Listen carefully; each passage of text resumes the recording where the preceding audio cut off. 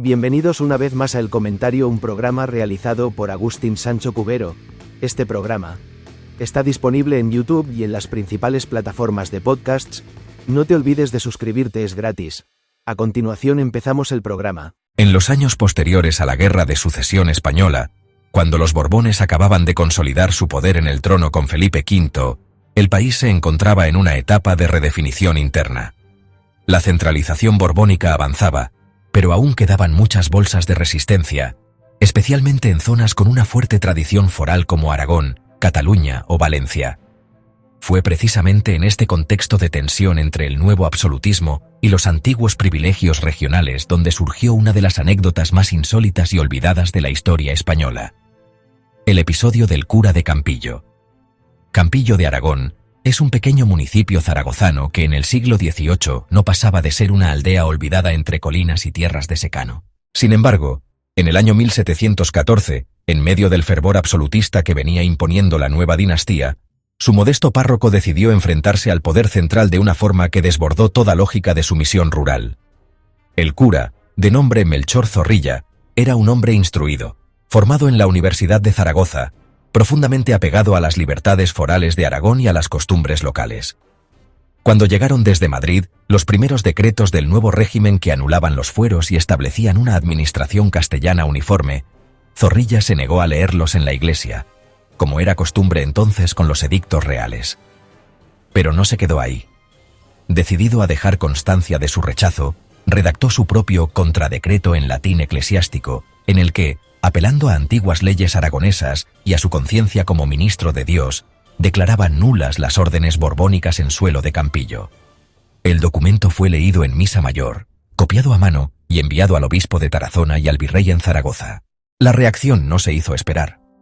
El obispo lo excomulgó por desobediencia al orden canónico, y el virrey envió una patrulla de soldados para arrestarlo. Pero aquí es donde la historia se torna aún más curiosa.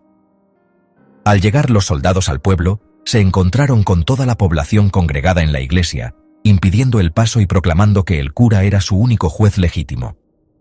Durante varios días, Campillo se convirtió en una suerte de microestado rebelde, con barricadas improvisadas, toques de campana a modo de alarma y una organización comunitaria que defendía el derecho del párroco a desafiar al rey. La situación se volvió incómoda para las autoridades. No era conveniente que un pueblo minúsculo desafiara al nuevo régimen en plena reconstrucción del Estado, y mucho menos que aquello se convirtiera en ejemplo para otras aldeas aragonesas o catalanas con ideas similares. Se intentó un primer asalto que fracasó, y finalmente se optó por la vía diplomática. Enviaron a un delegado regio que ofreció al cura una salida honorable a cambio de su exilio voluntario a un convento en Castilla. Zorrilla aceptó con resignación, y partió escoltado por gendarmes mientras los campillanos lo despedían con lágrimas y campanas al vuelo. Durante los años siguientes, vivió recluido en un monasterio benedictino de Burgos, donde escribió sus memorias, aunque nunca fueron publicadas en vida. El manuscrito, titulado Adversus Regis Tyrannidem, contra la tiranía del rey, fue hallado por casualidad en el siglo XIX entre los archivos de un convento en ruinas, y hoy reposa olvidado en el archivo diocesano de Burgos.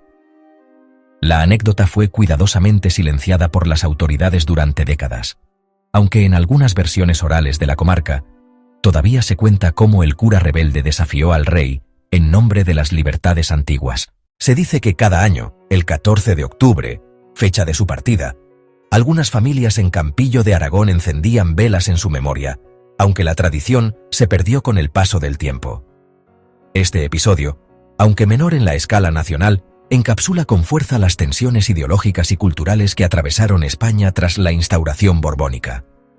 La pugna entre centralismo y fueros, entre obediencia institucional y fidelidad a tradiciones locales, entre lo nuevo y lo antiguo, no fue un fenómeno abstracto ni exclusivamente político.